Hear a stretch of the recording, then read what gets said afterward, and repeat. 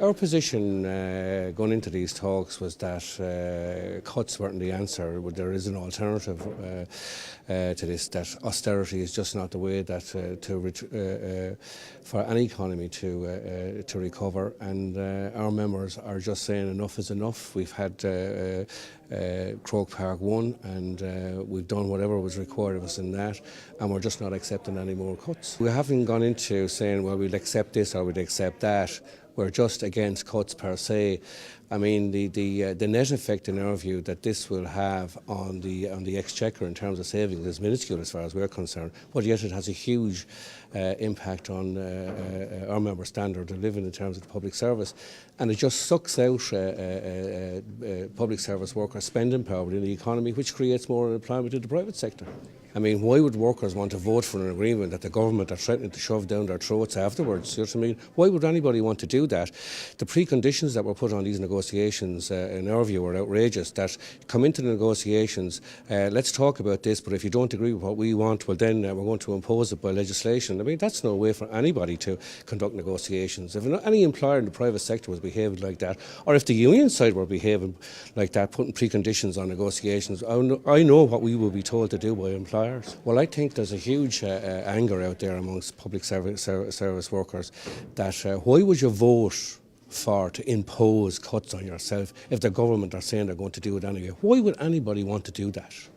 This has been something that the government have been putting out as well, that if you reject this, the only alternative industrial action. We don't see it like that.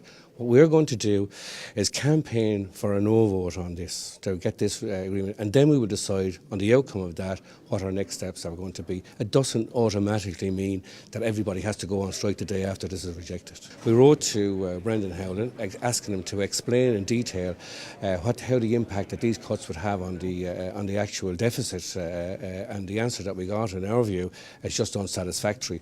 We've asked as part of these negotiations for the government to show exactly how that these cuts will improve the service, will actually have an impact on the exchequer, and the answers that we're getting are just not satisfactory. Well, it's damaging not only for our colleagues, but for the economy in general. If you're going to try and take out $1 billion, it's going to have a detrimental effect throughout the economy. So to say that, it's up to the health sector to support the economy, we can't do it. We've taken the hits. There is nothing left else to take. We're short-staffed. Then on other occasions, you're relying heavily on agency. But the money that they're putting into agency, they might as well lift the moratorium and work around that. It's all right saying Croke Park Part 1. But they haven't got on Part 2, but they haven't worked through Part 1 yet and taken out the problems that exist there. We don't have another option, and people don't want to strike, but you can see that coming down the line. You can't afford to strike, but it's our only other options because we can't vote for more cuts on ourselves. You heard Walter say that. The reps are trying to calculate what we're going to lose. Now, estimated from what's been put forward so far, people are looking at about €330 per month out of the wages.